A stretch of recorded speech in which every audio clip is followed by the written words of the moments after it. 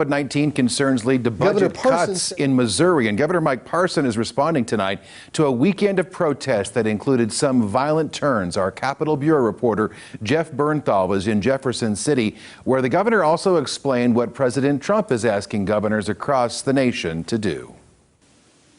Governor Parson said President Trump told governors to take action against those who are breaking the law. Right now, we got to find a common ground. We got to figure out, how do we change the future of this state? And to the most part, how do we change the future of this country? Because the path we're going right now is not a win for anyone. It's not a winnable path for any of us. The governor said he supports protesters calling for justice and peace. He also said there's an element that's seized on peaceful demonstrations to commit violent acts and is endangering lives, destroying communities, and could drown out the voices of those seeking change. Parson activated the National Guard over the weekend and was on a phone call with President Trump as the president addressed governors across the country Monday.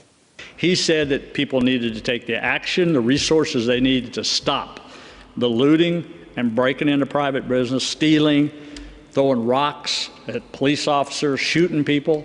All this is what he was referring to as the criminal activity. He wasn't talking about protesters that were law-abiding protesters. That was never what he was saying about that. The governor also revealed cuts to the current budget will result in less money for several state agencies. COVID-19 concerns have led to declining revenues for the state.